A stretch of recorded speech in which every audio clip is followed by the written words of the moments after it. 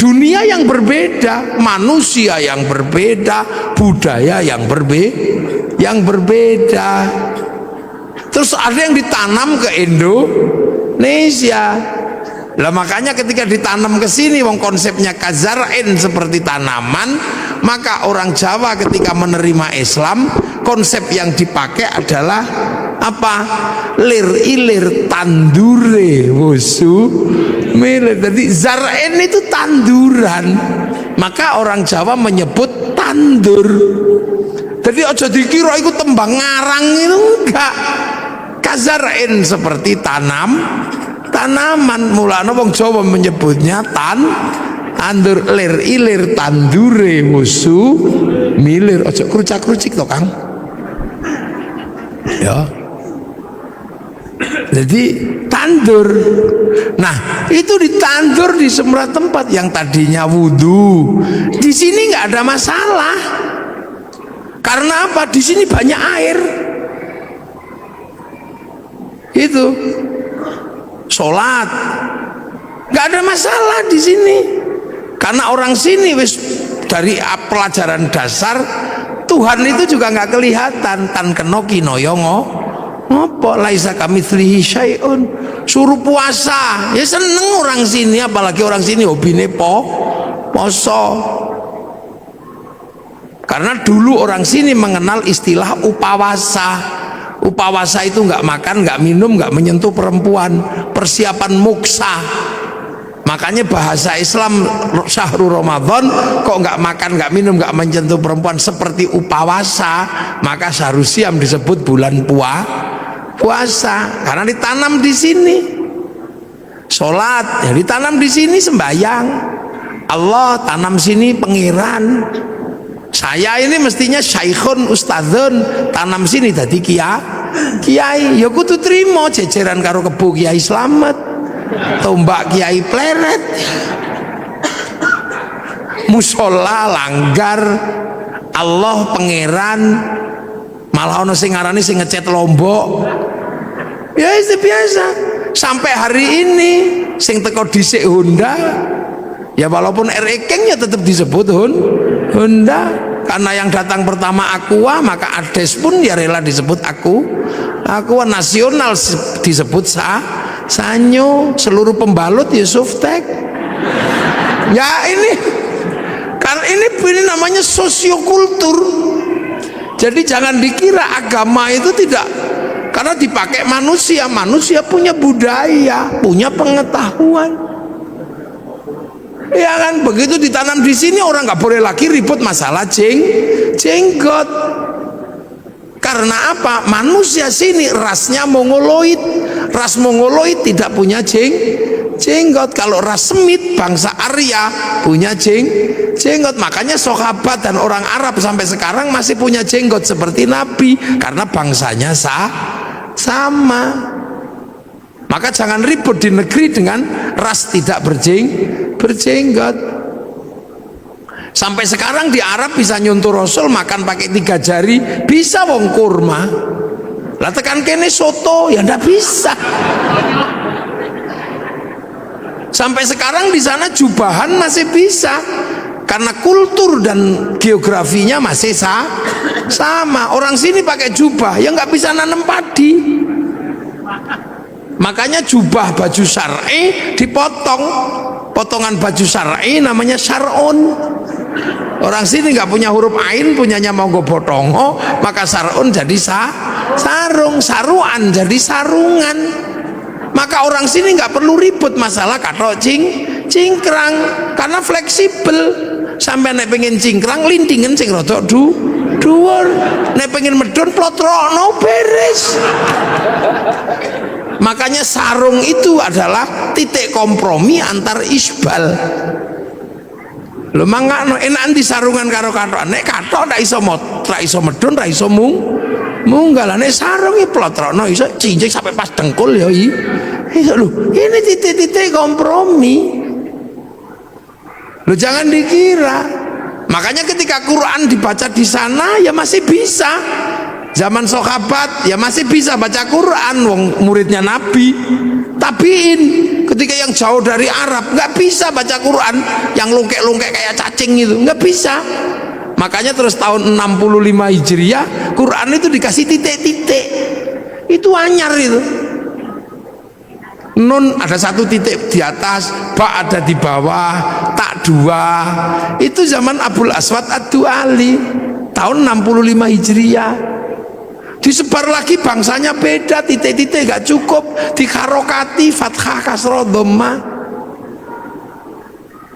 Itu yang kasih namanya Syekh Khalil bin Ahmad Al-Farahidi tahun 150 Hijriah. 100 berapa? 140-an lah setelah Nabi meninggal. Dibaca orang yang berbeda suku lagi, nggak bisa, lidahnya beda. Orang Jawa alhamdu ya alkamdu, nggak punya hak, punyanya Hono Coroko. Robbil alamin, robbil ngalamin, wudu, wulu, mardiyah, marliyah, salam takzim, salam taklim. Itu ada wadduha, keluarnya wadduhai, itu mereka lekanui ya ada. Sekarang ini kan bangsa Sundonan alladzina, alladzina. Lah ini kan harus ditemukan jalan keluarnya. Penelitian tahun 200-an Hijriah namanya Abu Ubay Qasim bin Salam, hasil penelitiannya dibukukan dalam ilmu At-Tajwid fi Qiraatil Quran. Jadi ojo sampean bayang no, Islam itu di sana sampai ke sini nih butuh perjuangan karena ketemu bangsa yang berbeda, ditanam di tempat yang berbeda. Prinsipnya cuma satu, tumbuh enggak tanaman ini. Akhraja syat'ahu fa'azarahu fastaghladha fastawa ala suqi yu'jibu zurra al-yaghidhu bimul kufar. Tanaman ini tumbuh enggak? Sampai kemudian ketika dibawa ke pasar ini menjadi mendominasi apa enggak? Dominan atau tidak di pasar agama ini? Makanya pakai bahasa suk. Nah, hari ini ketika Islam ini ditanam di sini, tumbuh, berkembang, dan di pasar internasional kita paling banyak. Mau haji paling banyak orang Indonesia. Berbicara sholat paling banyak orang Indonesia. Orang hafal Quran orang Indonesia. Setiap kiroah juaranya dari Indonesia. Masjid paling banyak Indonesia. Jadi ketika berbicara konsep agama Islam dan pertumbuhannya, yang ditanam di Eropa macet, yang ditanam di Afrika ya segitu-gitu aja, yang ditanam di Cina juga nggak tumbuh, tapi yang ditanam di sini tumbuh subur menjadi dominasi pasar dunia. Loh kok gitu, ada yang mengatakan Islam terbaik ada di mana? Ya di sini. Ya di sini. Makanya saya kalau mau belajar identifikasi agamanya nggak usah jauh-jauh, karena identifikasi agamanya jauh-jauh akhirnya ribut di masalah simbolik, ributnya di jenggot. Jenggot ini bukan masalah prinsip, karena ini masalah perbedaan bangsa. Kok tiba-tiba di sini ribut masalah jenggot? Kalau ribut masalah jenggot ya di Afghanistan sana yang bangsanya masih jenggotan semua. Tiba-tiba di sini kok ribut masalah pujian. Tiba-tiba di sini ribut masalah gedek-gedek di zikir. Ya orang sana bahasa Arab paham, meskipun diem begini ngerti caranya zikir. Kalau orang sini nggak bunyi, simbah-simbah itu loh nggak bisa ngerungokno zikir opo, main ketop-ketop ngendak. Muni opo mbah ngono we. Terus meneng ini ya turu. Ini problem sosiologi agama, antropologi. Jadi akhirnya Islam sekarang ini berdebat terhadap sesuatu yang sebenarnya sudah lewat masanya. Coba sampai delok persoalan tumpeng aja ribut. Loh ini kan persoalan makanan, sampai nggak ribut orang Arab ingkunge iki onto. Napa sampean ribut ingkung pitik? Wong Yaman ingkunge wedhus. Sama delok itu Raja Salman kalau menyambut tamunya makan bersama, ingkunge unta, Pak.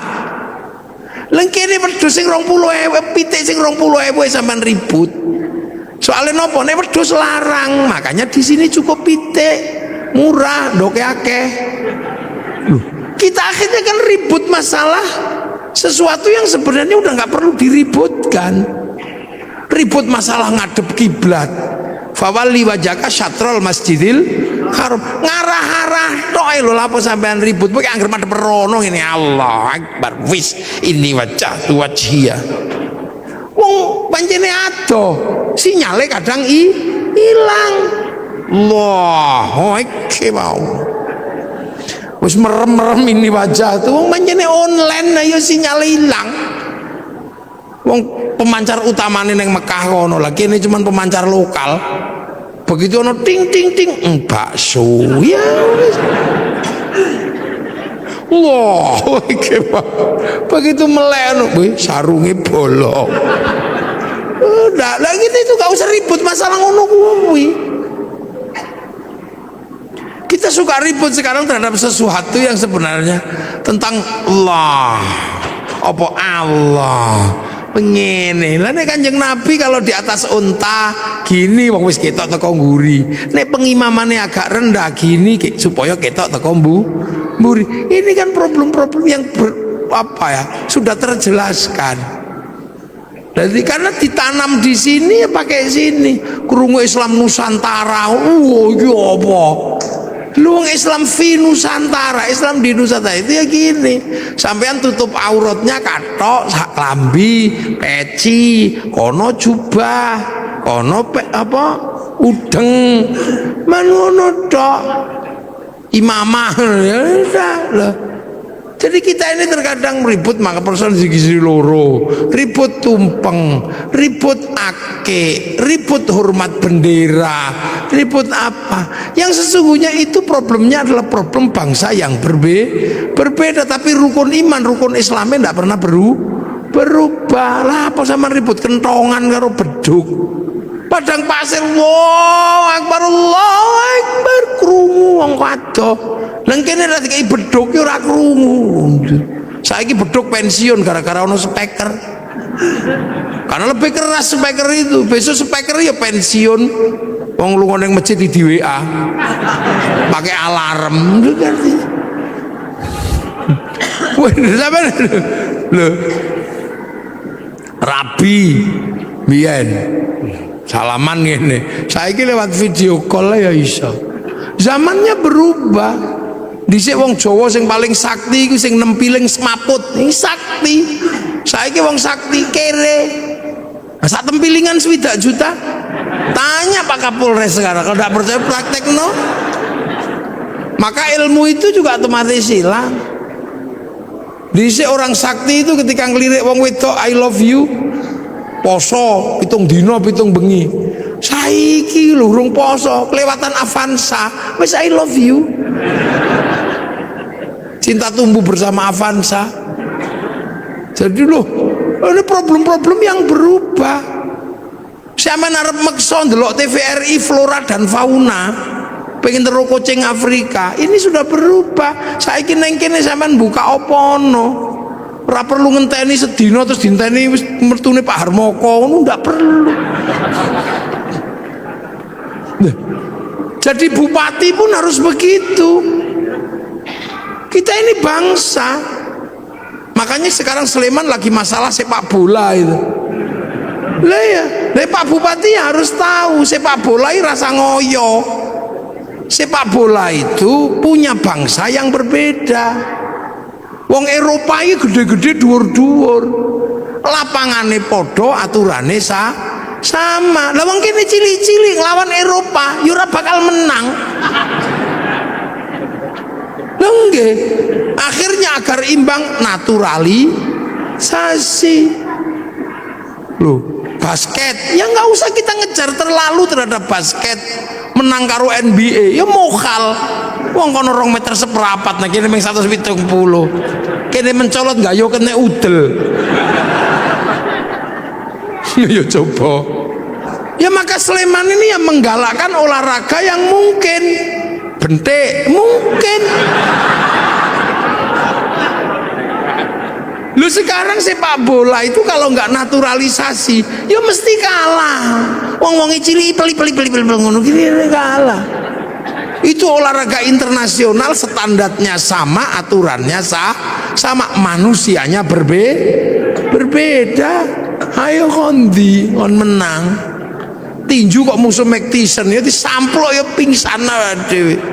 Maka kayak Cina ketika mau memenangkan sepak bola, yang dipikir pertama kali cuma satu, cari orang 20 laki perempuan yang tingginya 170 dinikahno anak 2 meter.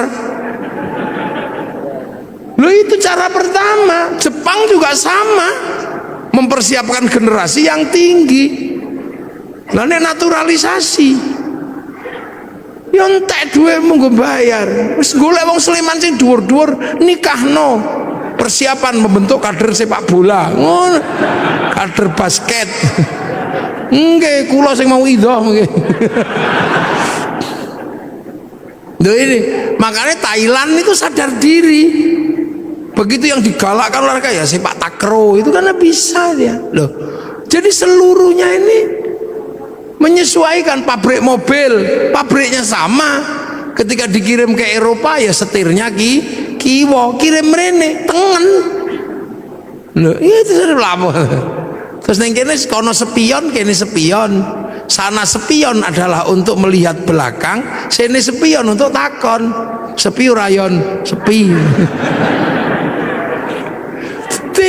Jadi jangan bayangkan. Rasulullah makannya ya kurma, maka zakatnya juga kurma. Sini makanannya padi, fitrahnya juga padi. Korban sana unta, sampai sekarang masih bisa korban unta. Di sini maksa korban unta, cekel polisi. Nyolong untanya kebun binatang biro lo kono. Loh, ini jadi ini sebenarnya sudah.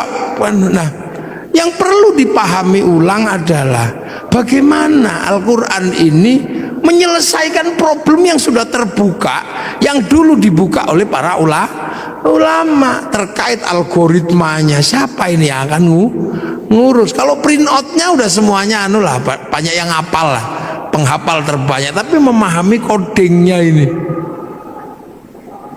Karena manusia sama-sama dari sana, Quran dari sana.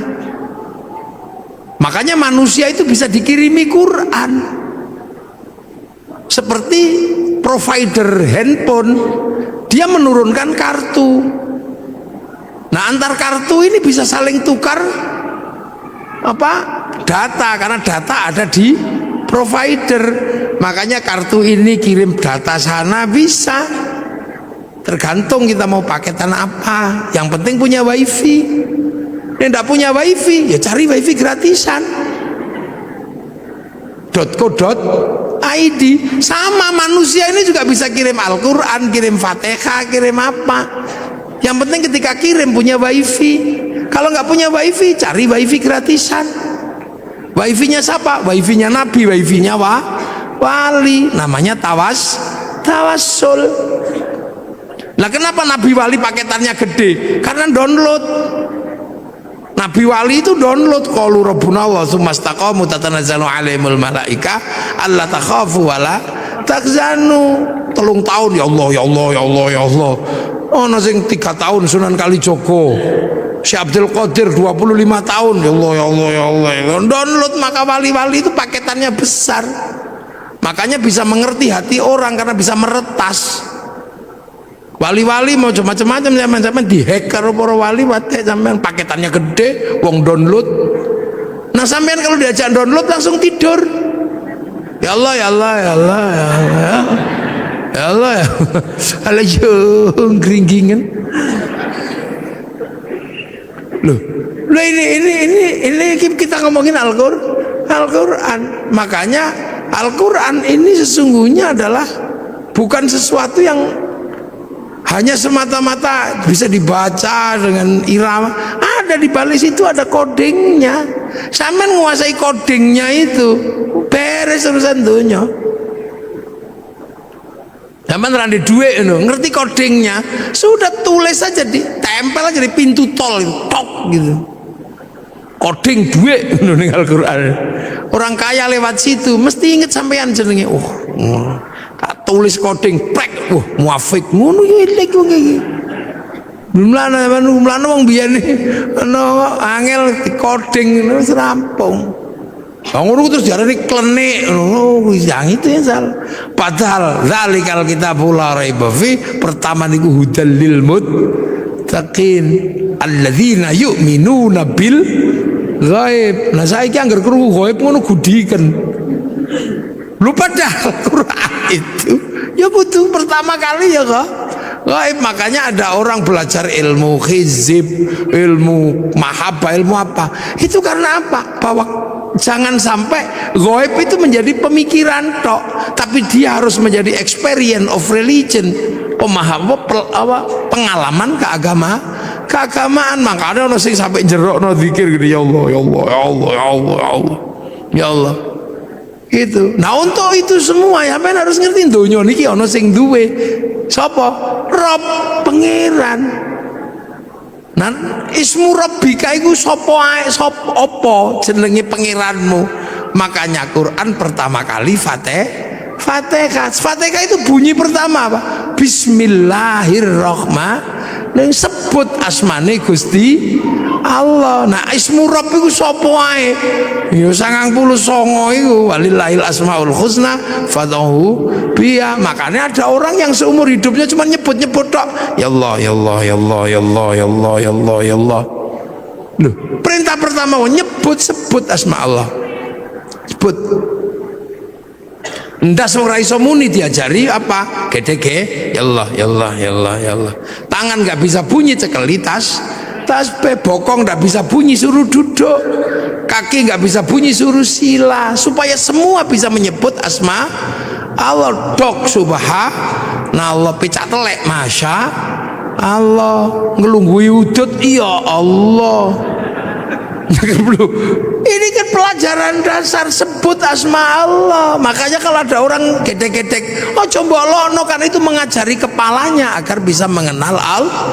Nek ono wong nyekel tasbih, oh coba lono karena mengajari tangan menyebut asma Allah. Nek ono wong sila, coba nesoni, itu kaki sedang diajari menyebut asma Allah. Nah nanti kalau semua asma ini sudah kamu sebut, hatimu akan apa? Tumbuh, nyumber itu apa?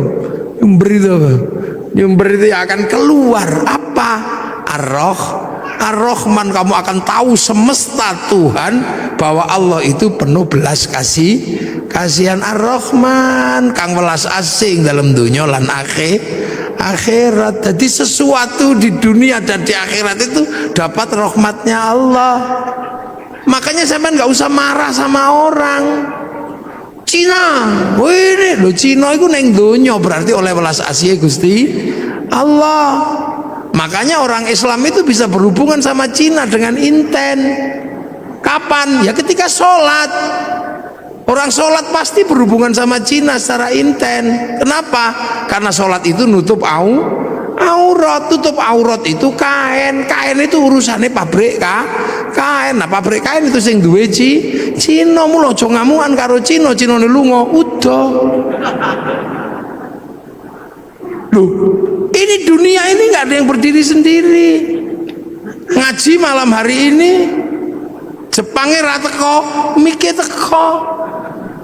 Sampean wudu itu urusannya sama air, tapi air diurus sama pipa sanyo diurus Mas Pion. Sampean ra entuk ngamuk pabrik. Lunga haji pesawat dae wong Yahudi mati sampean nglangi. Loh, makanya Ar-Rahman ini meletakkan manusia hidup penuh kasih sayang. Karena apa? Saling melengkapi. Itu kurikulum dasar menjadi manusia yang integrated.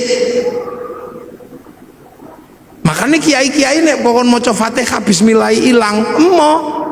Karena sampai kehilangan bismillah, dia akan kehilangan kurikulum dasar menyebut asma Allah. Mulane wong nek maca Fatihah kok bismillah hilang, dia nggak punya kurikulum dasar menyebut Allah. Begitu ra duwe kurikulum dasar menyebut Allah, ya kaku. Makanya wong nek maca Fatihah bismillah hilang, keras. Dikit-dikit marah. Nah ini di sini ini sebenarnya adalah pembelajaran dasar. Nah, hal-hal seperti ini kadang tidak disampaikan. Karena apa? Ini butuh konsekuensi logis. Konsekuensinya apa? Harus ada laboratorium Al-Quran misalnya. Depak Sleman harus membuat laboratorium untuk belajar coding Al-Quran. Itu Depak harus tanggung jawab. Kalau Depak tanggung jawab, ya bupati harus biayai.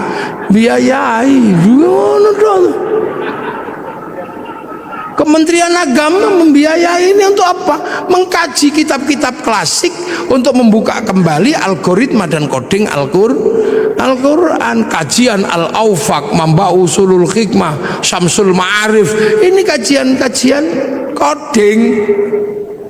Saya tahu seperti ini, kenapa coba? Belajar dari mana? Dari anak saya yang kecil. Angger dino Rebo belajar coding.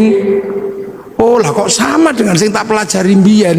Cuman ini coding digital, sing tak pelajari mbiyen coding Al-Quran. Dulu saya belajar tentang abjadun hawazun ini. Ono wedhus wangel di kongkon manak templek empek ngono, rong dina meteng. Lha iku nek wong tak mondho ngerti. Wong ra manak-manak ngono dikai coding wetenge templeke pluk ngono-ngono. Oleh 2 wulan ngono wis mandek. Lha iku mbiyen makane kan ada raja-raja itu coding sebenarnya. Oh, begitu delok lho kok padha karo sing diajari anakku. Cilik belajar coding ini sama. Cuman itu coding ABCD, kita coding Arab. Lah itulah makanya Indonesia ini nyimpen data besar juga nggak bisa. Karena coding kita nggak punya, huruf kita menggunakan huruf ABCD. Cina bisa karena codingnya huruf dia. Makanya ketahanan digital kita nggak pernah bisa. Karena apa? Coding huruf kita menggunakan huruf ABCD, huruf Eropa. Coba disepakati coding kita huruf Jawa gitu misalnya. Terus pas betimbel gedes kira-kira. Tapi untuk kebutuhan itu butuh laboratorium besar. Jadi Depak Pak Sidik harus bahas itu nanti. Ajukan anggarannya kepada Pak Bupati. Boleh golek piye wong bupati kok kangelan. Iya, apakah Pak Bupati nanti golekne nang Merapi apa nang endi ya karek kondo ngono ae to. Untuk bikin laboratorium bagaimana belajar coding Al-Quran. Wong kitabe ono kok. Jadi ojo MTQ tok sing diurus itu, codingnya juga harus diurus itu. Algoritmanya itu mesti diurus. Karena insya Allah kalau kita ketemu coding-coding itu, ilmu pengetahuan terupgrade dengan sendirinya. Iki lho metu iku kok coding iki. Ya angka-angka semua iki dadi duwe kabeh lho iki. Jangan dikira itu nggak pakai uang, itu coding itu. Jadi video, jadi apa? Enggak coding, Kang. Gitu. Ya bahwa wujudnya itu ujungnya apa? Penguasaan dan dominasi. Nah kalau sudah penguasaan dan dominasi bisa intervensi, bisa menjadi sebuah agama yang kuat, bangsa yang kuat. Artinya apa? Bisa produksi. Nah bangsa itu kalau sudah bisa produksi, kekuatan bangsanya terjaga. Kenapa Jepang nyaman? Bisa produksi. Betul handphone batine piro untuk menghidupi rakyatnya. Jadi urung sampai ngelola sumber daya alam, duit dari jualan iPhone cukup untuk menghidupi bangsanya. Jualan tank cukup untuk menghidupi bangsanya. Korea negara kecil itu loh bisa menghidupi bangsanya dari dodolan lagu jenenge BTS. Loh, saya ini generasi zaman all ya. Masih ingat betul bahwa tahun 91 kalau nggak 92 itu konser terbesar di dunia itu Metallica di Moskow. terjual tiketnya 6 juta tiket. Itu sampai sekarang belum pernah terbayangkan akan terkalahkan. Begitu Covid diajar karo BTS, kalah. Sekali konser itu berapa? 100 juta orang yang nonton. Itu daring. Seminggu 4 kali, sebulan 16 kali. Tak hitung dalam waktu 1 tahun pemasukan dari BTS untuk Korea 2.500 triliun. Total ceng ngono tok. Amerika dapat pemasukan dari Facebook dan dari WhatsApp itu. Bayar, ngono bayar. Paling tidak per bulan 200 triliun.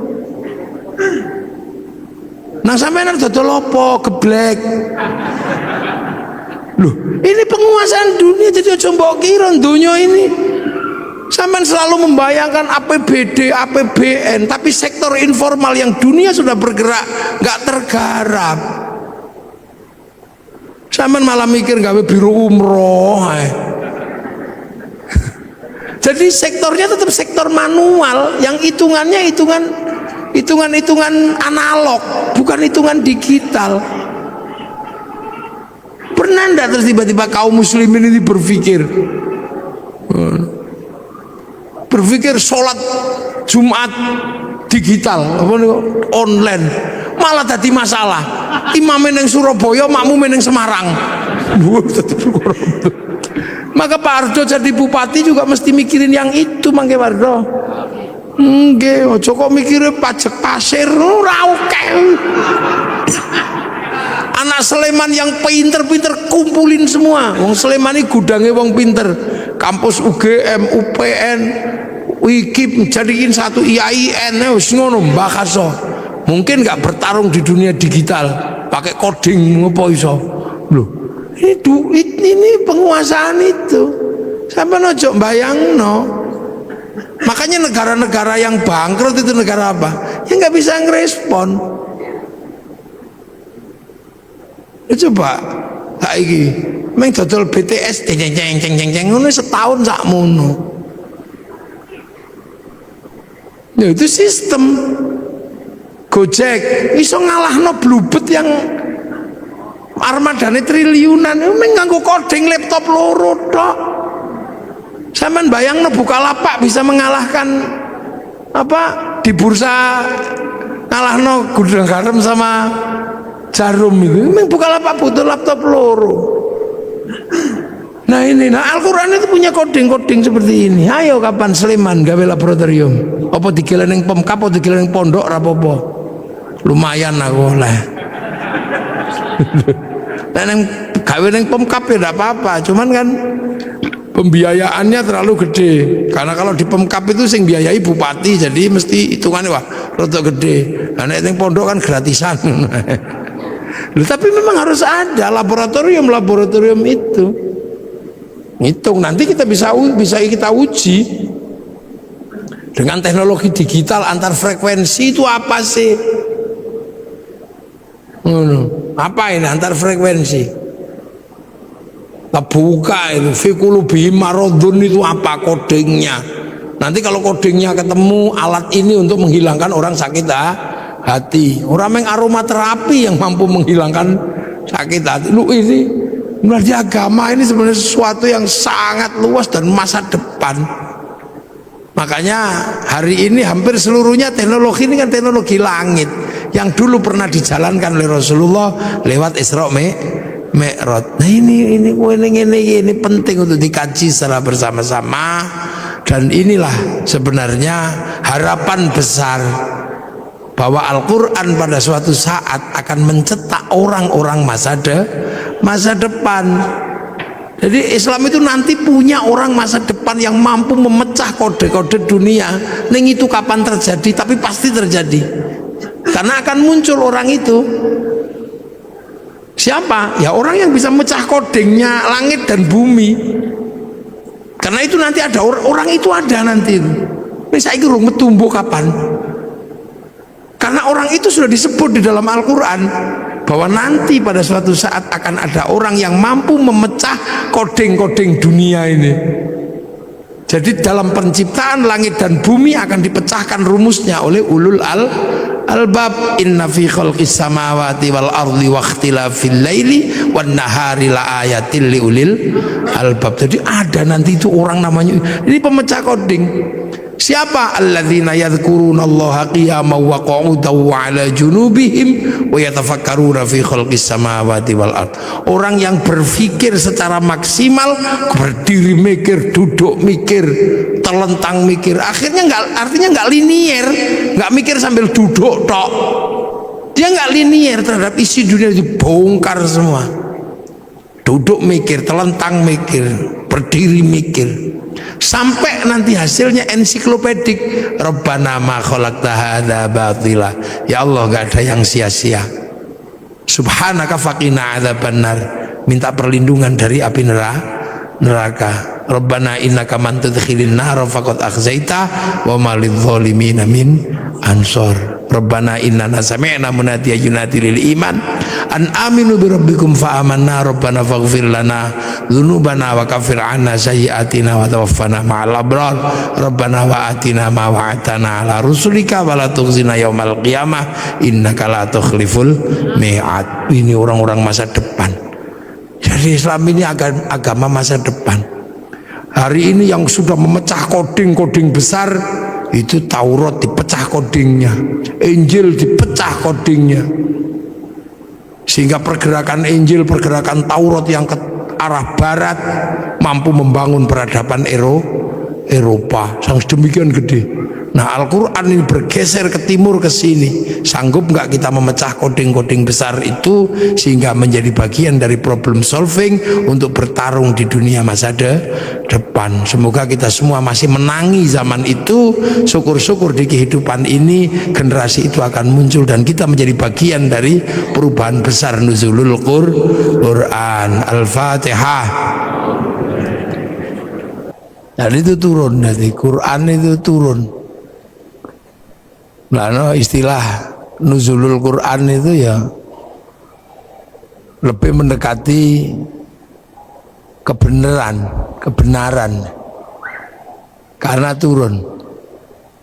Angka terendah itu satu. Nah, 2 lebih tinggi dari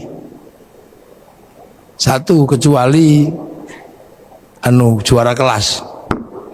Kalau juara kelas 1 lebih tinggi dari 2. Tapi kalau tangga 2 lebih tinggi dari 1. Nah, Quran itu posisi awalnya itu memang tinggi. Karena posisi awal Al-Quran itu di langit ke-7. Jadi Al-Quran itu posisi pertamanya itu di langit ke-7. Terus turun ke langit 1 ini. Ini kan langit 1 ini. Bumi itu langit 1 di 1 planet. Langit 1 itu isinya Merkurius, Venus, Bumi, Mars, Jupiter, Saturnus, Uranus, Neptunus, Pluto. Nggak tahu ini sudah dianulir apa belum. Pluto ini dianulir, jadi Neptunus, cuman sampai Neptunus.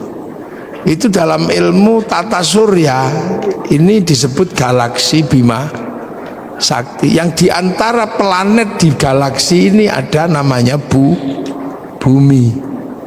Nah, yang kita tempati ini Bumi. Itu adanya cuma 1. Bumi itu cuma 1. Makanya Allah selalu menyebut bumi itu ardun. Tapi ardun itu ada ruang yang lebih gede, namanya sama, langit. Nah, langit ini terdiri dari beberapa langit. Makanya jamaknya sama itu samawat, beberapa langit. Nah, Al-Quran ini bukan di langit ini aslinya, tapi di langit ke-7. Jadi posisinya di langit ke-7. Nah, langit ke-7 itu di mana? Ya nggak tahu saya. Langit ketujuh itu nggak tahu jauhnya kayak apa. Karena keluar dari langit satu ini mesti keluar melalui black hole, lubang hitam. Nah, lubang hitam itu Stephen Hawking aja nggak bisa bikin rumus di situ. Orang yang paling jago bikin rumus itu nggak ngerti caranya bikin rumus menembus black hole ini, lubang hitam. Nah, Rasulullah itu pernah melewati itu, menembus black hole, masuk ke langit kedua, ke langit ketiga, ke langit keempat, ke langit kelima, 6 7. Nah, itu posisinya di mana nggak tahu. Yang jelas bahwa Rasulullah itu sampai di Sidratil Muntaha, di langit ketujuh. Nah, di langit ketujuh itu ada cloud, kalau anak sekarang bilangin, ada cloud, ada pusat data. Jadi dunia ini ada pusat datanya, ada harddisk besar yang berisi tentang data-data apapun, blueprint dunia ini ada datanya. Nah, data itu dijaga betul biar gak diretas, biar gak dihack. Siapa yang punya potensi untuk meretas itu? Iblis. Makanya dijaga. Nah, karena itu sangat terjaga, cloud atau harddisk catatan-catatan dunia itu, maka itu disebut lauhil mahfud. Jadi lauh itu adalah, dulu orang Jawa dulu lauh itu sabak. Sabak itu alat tulis. Jadi tempat untuk menulis itu lauh. Mahfud yang terjaga. Nah, itu catatan semua ada di situ. Yang sebelumnya orang-orang dulu sebelum Islam menyebut, kalau orang Yahudi Nasrani menyebut itu namanya Tabut Sulaiman. Orang Yunani menyebut kotak Pandora. Nah, orang Jepang menyebutnya kantong Doraemon. Pusat data itu. Jadi ini kita berbicara tentang pusat data. Nah, Quran itu dari situ. Bal huwa Qur'anum Majid fi lauhim mahfud. Jadi itu, jadi Quran itu downloadan sebenarnya. Yang download Rasulullah melalui proses sampai 15 tahun di Gua Hira, itu proses download. Makanya Quran itu turun itu seperti PDF, ada passwordnya. Nah, passwordnya ya alif lam mim, kaf ha ya ain shad, alif lam ra, itu password sebenarnya. Makanya itulah yang disebut algoritma Al-Quran. Kalau anak sekarang mungkin menyebutnya coding. Jadi alif lam mim itu coding itu sebenarnya. Maka rumus membacanya beda. Rumus membacanya bukan pakai alif ba ta, tapi pakai abjadun hawazun. Ada ilmunya. Nanti kapan-kapan saya datang ke Pondok Minggir, tak ajari cara baca codingnya itu. Kitabnya banyak, ada Al-Aufaq, kitabnya Imam Ghazali, yang oleh orang Indonesia disebut wafak atau raja itu. Tiba-tiba ada huruf ain, ketemu mem, lam, terus tempelnya di pintu itu. Itu coding sebenarnya. Yang karena kita nggak bisa mencerna terus disebut bid'ah, disebut musyrik, karena kita nggak bisa mencerna. Karena itu coding. Makanya akhirnya kalau kita lihat huruf seperti itu di dalam Al-Quran, langsung kita sebut maknanya Allahu a'lamu bimuradi. Hanya Allah yang tahu maksudnya. Itu sesungguhnya coding. Jadi Quran ini downloadan kalau dalam bahasa anak sekarang. Nah, manusia itu juga berasal dari situ. Jadi sebelum sampean di sini, itu juga diregister di situ duluan. Jadi manusia sebelum fanfukhur ruh, sebelum roh itu tiup ke dunia ini, manusia itu juga diregister di situ. Dicatat dulu di situ, di lauh itu. Ditanya, alastu bi rabbikum? Kamu lupa nggak kalau nanti kamu tak turunkan ke sana itu, ke bumi yang jauh itu? Kamu lupa nggak kalau aku ini Tuhanmu? Sampean semua pernah jawab di hadapan Allah. Qalu bala syahidna. Ya Allah, saya saksi bahwa engkau Allah. Ya sudah. Akhirnya manusia juga diturunkan ke sini. Nah, ketika manusia diturunkan ke sini, terus tiba-tiba ya sama menjadi makhluk bumi. Makanya Quran itu disebut petunjuk. Petunjuk buat siapa? Buat manusia. Ibaratnya Al-Quran, ibaratnya pabrik itu mengeluarkan TV, maka di situ juga ada buku petunjuk pemakaian TV, buku petunjuk pemakaian handphone, buku petunjuk pemakaian ini. Makanya Quran itu disebut hudan, disebut petunjuk. Untuk siapa? Lil muttaqin. Itu. Nah, muttaqin ini. Makanya muttaqin itu yang pertama kali adalah alladzina yu'minuna bil ghaib. Jadi jangan salah. Jadi karena ini sebuah sistem di mana sistem ini tidak semuanya bisa dibuka oleh manusia, maka Quran itu sebelum ini jadi petunjuk dikasih coding dulu. Alif lam mim. Makanya muttaqin itu adalah orang-orang yang meyakini bahwa ada yang gaib. Karena apa? Ya karena nggak kelihatan. Nah, ini yang kadang terjadi perdebatan akhir-akhir ini, orang belajar coding disebut bid'ah. Orang belajar coding disebut musyrik. Ini sekarang ini banyak. Padahal Quran ini bukaan pertamanya ini coding, algoritma Al-Quran. Kalau ngerti algoritmanya ini dunia beres. Kenapa Cina itu begitu kuat? Karena dia mengerti algoritma digital domain nasional. Kenapa Amerika ini kuat? Karena dia menguasai coding algoritma digital. Dengan coding algoritma digital dia bisa ngambil uang dari seluruh dunia. Sampai bayar sekarang itu duit semua. Bayar. Makanya dilawan sama Cina pakai codingnya Cina, sehingga Cina berani ngelawan Amazon pakai Alibaba.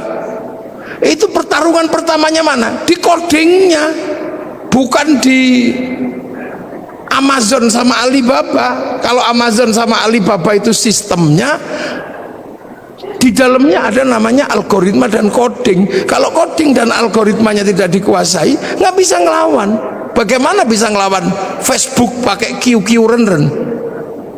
Bagaimana bisa ngelawan WhatsApp pakai WeChat? Karena menguasai codingnya. Jangan dikira. Makanya logam dunia pun pakai coding. Saban kalau pernah belajar kimia itu kan codingnya ada. Oksigen pakai coding. Maka orang kalau ngerti coding oksigen, dia bisa produksi oksigen. Samator kenapa kuat? Dia punya coding H2O nya, dia bisa bikin. Nah, sampean nggak bisa bikin, ya keluar kentutnya doang. Loh, ini coding, ini ilmu kekinian. Handphone itu bisa menghubungkan sini Amerika pakai coding. Satu coding algoritma, yang kedua coding logam. Ketika emas dipertemukan dengan ini anak codingnya ngapain di sini nih? Makanya ora perlu kabel. Makanya laki-laki yang menguasai coding tentang perempuan bisa I love you tanpa harus berkata-kata. Loh iya. Makanya orang dulu kalau mencari coding itu puasa. Cinta perempuan kalau ditolak, cari codingnya. 3 hari 3 malam itu. Apakah pakai coding innahu min Sulaiman apa innahu bismillahirrahmanirrahim, atau pakai coding sun amat kaji hajiku jaranku goyang kan gitu. Ini kita ini yang sekarang jarang sekali dibahas. Kenapa ya sampean selalu marah-marah itu? Yahudi dia menguasai codingnya, mempertemukan coding api dan coding air menjadi mesin. Kita taunya cuman pakai motor ngwes gitu, tapi kok bisa besi ketemu dengan platina, besi ketemu dengan apa pertamak, ketemu dengan pertalite. Nah, saya nggak bakas itunya, ngapain bakas itunya? Nah, itu bukan saya nggak begitu, itu nggak itu loh. Tuh. Jadi jangan dikira. Ini yang kadang hari ini kenapa kemudian kita ini terlambat. Al-Quran kita selalu baca sebagai print out. Maka ketika Al-Quran kita selalu baca sebagai print outnya, ya isinya hukum-hukum petunjuk pemakaian. Tapi petunjuk pemakaian TV, kenapa TV bisa menyala? Itu ada codingnya di situ. Bagaimana gambar yang tidak kelihatan bisa diterima oleh TV yang lain? Itu coding. Logamnya masuk coding. Yang kebetulan ahli logam dunia itu adalah Nabi Dawud, punya kitab namanya Zabur. Nah, kitab Zabur dan Nabi Dawud itu masih dipegang oleh orang Yahudi. Makanya Yahudi yang menguasai coding logam dunia, dan hari ini dunia dikendalikan oleh logam. Maka wajar saja kalau Yahudi yang menguasai sistem teknologi dunia. Lu jangan dikira sampean ini coding semua di sini nih. Kok bisa besi so ngirim gambar gitu. Lah itu. Jadi sampean jangan dikira Facebook ketika dia menguasai codingnya, dia punya uang 200 triliun setiap bulan dari Asia Tenggara. Ayo, judi online, ngeslot itu yang pertama kali dilakukan bikin coding dan algoritma. Bukan bagaimana cara ngambil uang secara manual, pakai coding. Makanya ketika sampean mau dapat uang dari bank, ya pakai coding, passwordnya harus pas. Pakai coding orang ya duitnya nggak keluar, walaupun ATM-nya diproduksi sama oleh bank yang sama. Lah ini, jadi kita ini sebenarnya ada satu titik ini, manusia ini. Kalau dokter menyelesaikan manusia itu pakai coding semua. Darah itu kodenya apa? Bukan kok kemudian DARAH, enggak. Seluruh partikel dalam tubuh manusia itu pakai angka, pakai coding. Dengan gitu. Jadi kalau misalnya contoh Pak Hardo ini jadi bupati, proses jadi bupati dan bupati itu berbeda. Karena begitu jadi bupati, Pak Hardo dan Pak Wakil ini ketemunya bukan dengan bupati lagi, tapi ketemunya Sleman dalam angka. Ketemunya coding-coding semua itu. Tentara yang bagian nembak itu apa itu namanya? Apa? Tentara yang bagian kavaleri? Bukan. Armet itu. Armet itu nggak ada di situ tembak, itu nggak ada. Itu pakai kode-kode semua, angka semua. Jadi jangan dikira. Nah inilah sebenarnya dari awal itu kita sudah cukup maju sebenarnya diajarkan bahwa Al-Quran ini adalah downloadan. Nah manusia ini juga produk dari sana, sama-sama dari pusat yang sama. Makanya manusia ketika turun ke sini dikasih paketan kan, ada paketannya itu. Karena dari pusat data yang di sana kasih paketan, rezekinya sekian, istrinya ini, nyawanya sekian gitu. Kalau paketannya habis ya kick, udah selesai.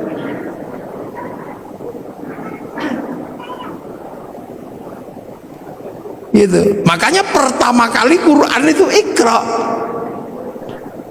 Bismi Rabbika, memperkenalkan sesuatu yang ada di luar manusia sebagai pemilik semesta. Jadi pemilik semesta, Ismu Rabbika, kamu baca atas nama Tuhanmu. Tuhan siapa? Belum. Ismu Rabbika itu siapa? Belum. Masih berbicara tentang Rob, bahwa ada penguasa semesta dan kamu ada di semesta itu. Alladzi kholaq, yang bikin kamu. Karena waktu itu manusia nggak ngerti. Taunya bahwa manusia itu ya hadir dengan sendirinya.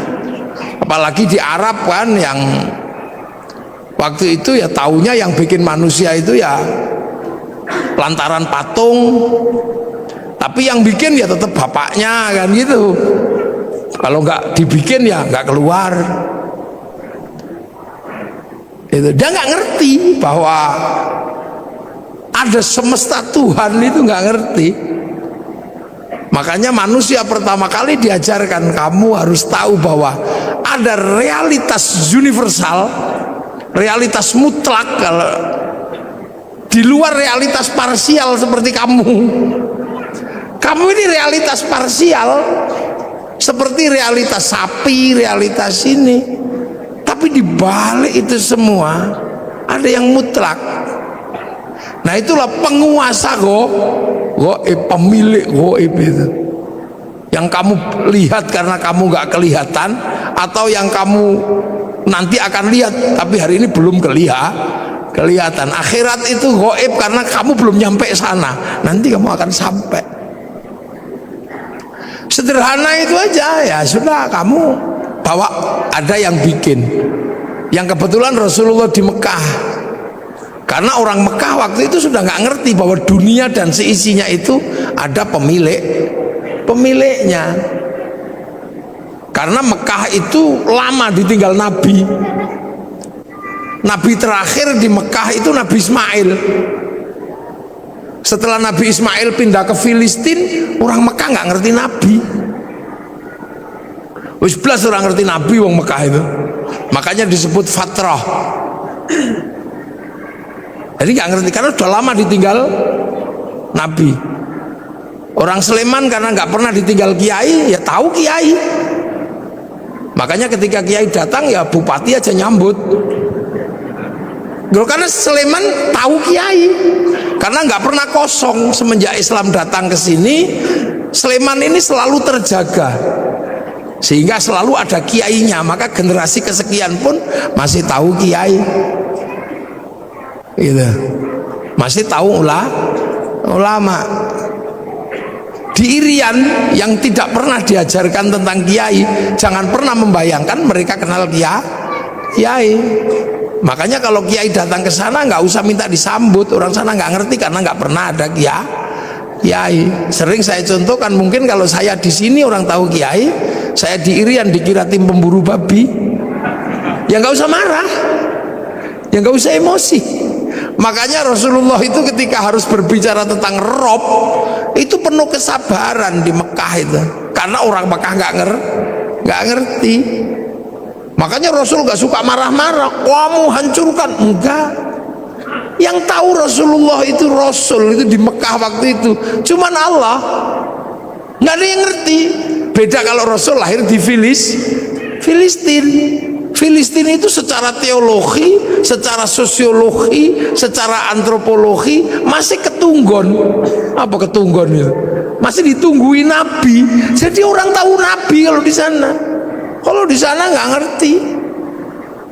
Kalau Nabi lahir di Palestina gitu, enteng. Aku Nabi. Oh ya, kamu Nabi. Karena orang lahir di Mekah ngaku Nabi. Makanya orang Mekah nggak ngerti Nabi. Makanya saksinya hanya Allah. Wa kafa billahi syahida. Hanya Allah saksinya. Sudah gitu pelajaran Tuhan itu repot bagi orang Arab waktu itu, sulit. Tuhannya Tuhannya kelihatan, patung diajarkan kepada Allah yang tidak kelihatan. Robnya banyak, diajarkan Rob satu, Tuhan satu, susah. Kalau beribadah susah lagi, suruh wudhu. Wudhu itu susah bagi orang Arab karena pakai air. Air itu bukan budaya Arab, karena di Arab nggak ada air, diminum aja susah kok suruh wudhu, apalagi suruh jinabat, tambah susah lagi. Kalau seandainya budaya air itu di Indonesia gampang. Makanya kalau sesuai budaya Arab mestinya toharo itu hanya sampai di tayamum, di debu. Jadi Islam itu bukan Arab sentris, karena pelajaran dasarnya sangat berbeda dengan budaya Arab. Jadi Islam itu sangat berbeda yang diajarkan Rasul dengan budaya Arab. Orang Arab nggak ada air, diajari pakai air. Sudah tahu makanan itu susah, tiba-tiba disuruh sedekah, disuruh zakat. Orang Arab itu cari makan susah, harus berburu. Makanya orang Arab itu kalau berburu, saudaranya harus banyak. Kalau berdagang, kafilahnya harus banyak. Kafilah yang saudaranya nggak banyak, diajar sama kafilah yang mayoritas mate. Makanya orang Arab itu saudaranya harus banyak. Makanya tradisi orang Arab itu seneng ngitung saudara. Saudara bin ini, bin ini, bin ini. Untuk apa? Membangun komunitas. Karena sistem survive-nya orang Arab adalah komunal. Nek kekuatannya sedikit kalah sama suku, dikit kalah. Begitu berebut air gitu, saudaranya cuma 5, ditabrak yang saudaranya 20, hilang. Sementara cari air di tempat lain susah. Ada pohon satu tiba-tiba berteduh di situ enak itu, kedatangan suku yang lebih besar ditabrak habis.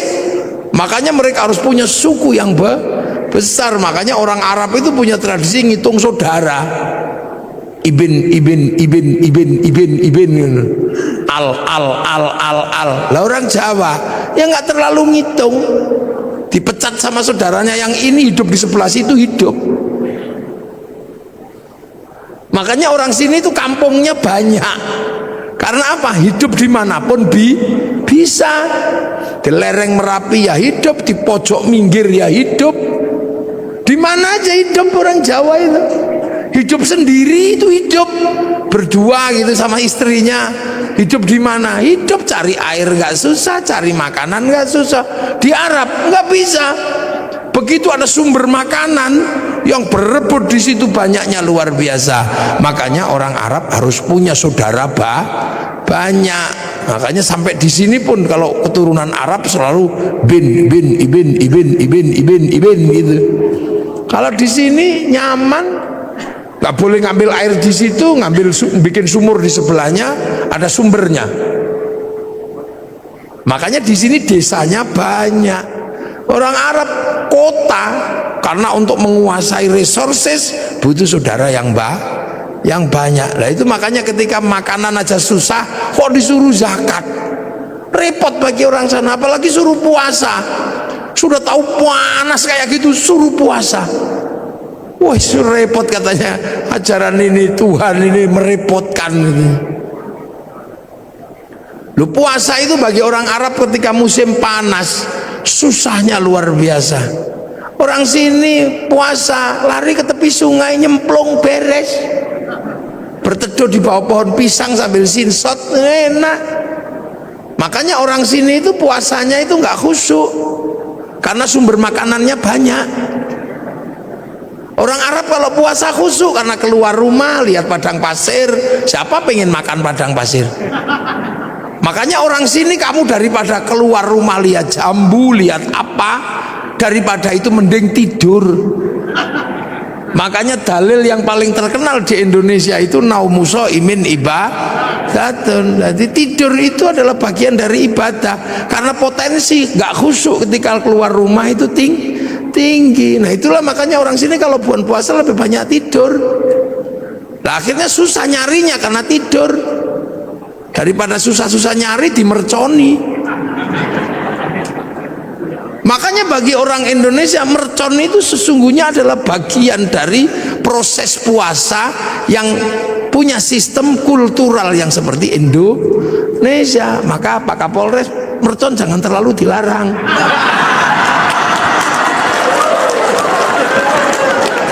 Lah ya kan, ada bagi lo ini budaya masing-masing sama.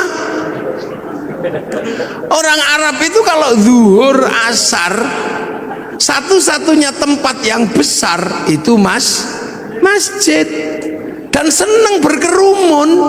Makanya setiap waktu sholat mengumpulkannya nggak susah. Nah orang sini di rumahnya nyaman, di sawahnya nyaman, sehingga waktu sholat lebih banyak tercecer di rumah, tercecer di sawah. Orang sana pasti langsung datang ke masjid. Karena apa? Pusat komunal itu masjid. Makanya kalau di sana Allahu Akbar sudah di dalam masjid. Wong sudah nunggu semenjak sebelum sholat. Lah di sini nyaman di sawahnya, nyaman di kebunnya, makani bebek. Ya maka nunggu masjid itu. Sambil nunggu Robana ya Robana, sambil nunggu karena nyaman di tempatnya masing-masing. Speakernya harus tinggi biar denger. Nanti datang satu malah rokokan depan masjid. Ya yang sabar. Makanya ada pujian tombo ati wong wis pegel nambah niatine dhewe ra kata. Ini menghasilkan sistem sosiologi agama, antropologi agama itu muncul dari situ. Begitu udah nggak tahan karena terlalu lama, baru diuruki anjang jeruan teko.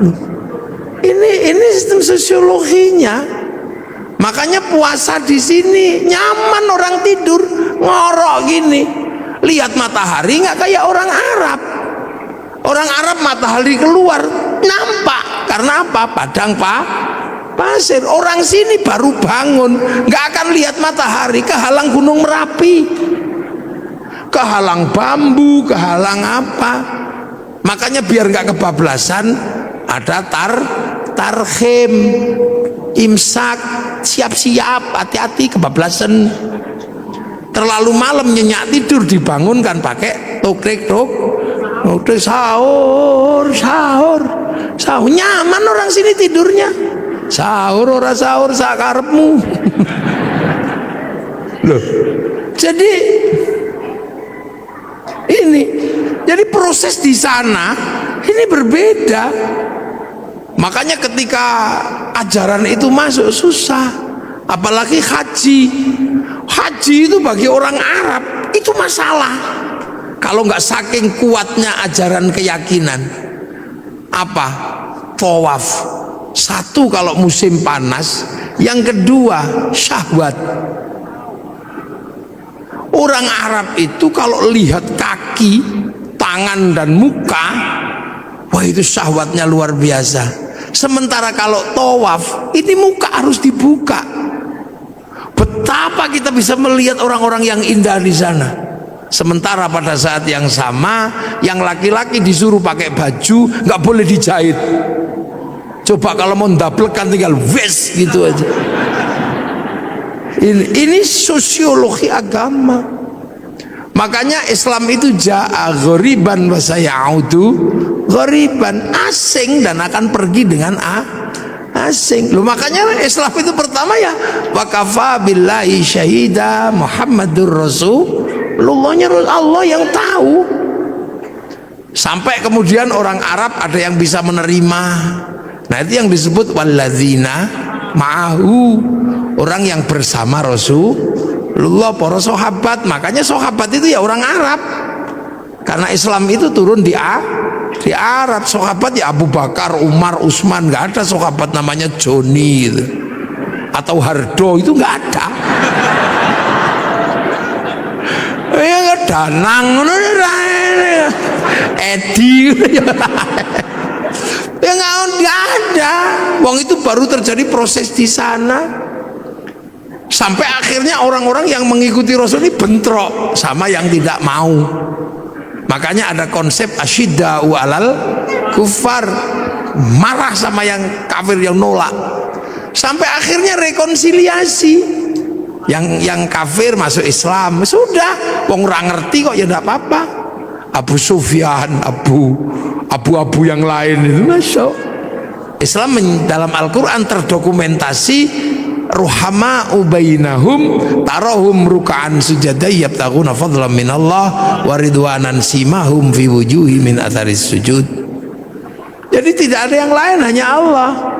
Sampai akhirnya Islam itu keluar dari jazirah Arab. Nah, itu digambarkan dalam Al-Quran ayat terusannya, dzalika mathaluhum fit Taurat wa mathaluhum fil Injil kazar'in. Islam itu digambarkan di Taurat dan di Injil seperti tanaman. Lah, makanya kemudian ada yang nanam. Yang rukun Islam tadi itu, rukun Islam harus ditanam. Nah, ada yang berangkat nanam ke Eropa, Tariq bin Ziyad. Ada yang berangkat nanam ke Cina, Sa'ad bin Abi Waqqas. Ada yang berangkat nanam ke Afrika, sahabat Salman, sahabat Bilal. Nah, ketemulah dengan